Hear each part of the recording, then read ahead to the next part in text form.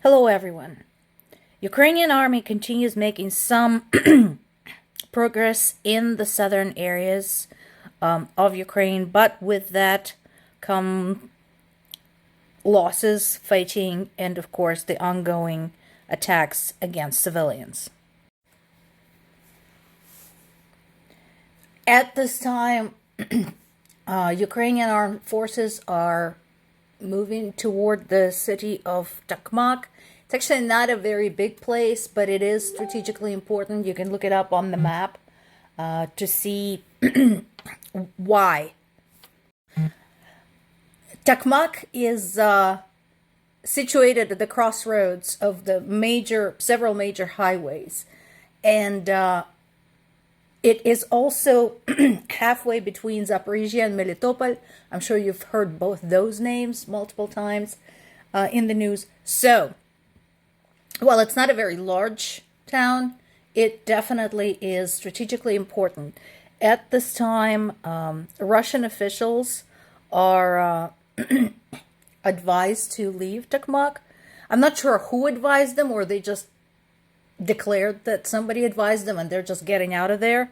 And again, as predicted many months ago, Ukrainian people have the ability to make life very uncomfortable for the occupying soldiers and officials in the occupied areas, and that is exactly what is happening.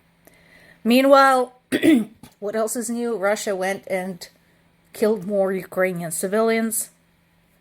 At least 6 people died in Donetsk and Kherson regions.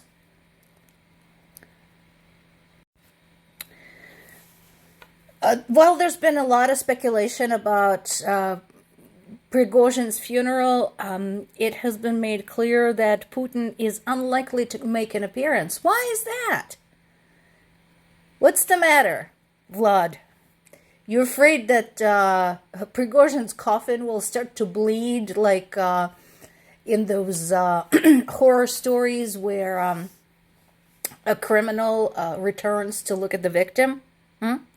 Meanwhile, the Vatican is backpedaling hard after the remarks by Pope Francis, where he glorified Russia's history and certain Russian rulers, particularly known for their brutality.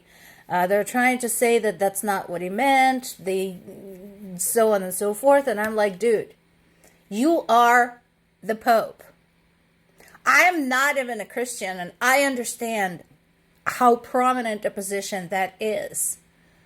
We are talking here about a major world conflict, one of the biggest we've had since World War II.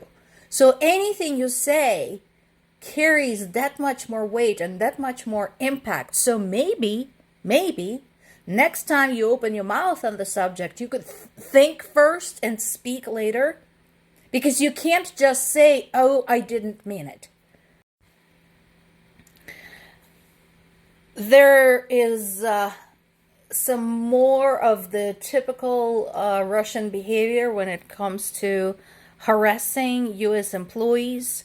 There's been some speculations about possible charges against a former U.S. consulate worker. And no surprise there, the charges are completely made up and bogus. This is in the Associated Press. It's a good article, kind of showing a human angle of displacement during war. So there's been recommendations of evacuation in Kupiansk. I mentioned Kupiansk in earlier reports because it was getting hit hard. It's in the northeast. And at this time, people are reluctant to leave, even though they understand the risks, because they are concerned, first of all, about the safety of getting out of there, because Russia has not guaranteed any green corridors for the refugees. And they're also concerned about what's going to happen to them. Where will they go? Where would they live? Many of them have families, children. They are just not sure what what they would do if they were to leave their native city. In conclusion, I'd like to announce that I shall be temporarily suspending comments to these videos. One reason is the spammers who are using the popular Ukraine hashtag to promote their own business. The other reason is to protect my own sanity.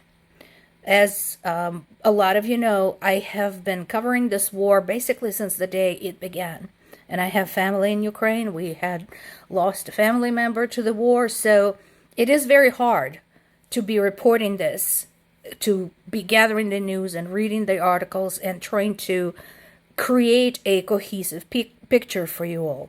So when people show up here and saying Russia has been attacked by NATO and Russia is helping Ukraine after everything that's happened, or that Russia's behavior in Ukraine is no different than U.S. behavior in Iraq, I just can't subject myself to that kind of nonsense for extended periods. And so I will bring the comments back, I promise, but I shall be temporarily blocking them just to wait until the trolls go away.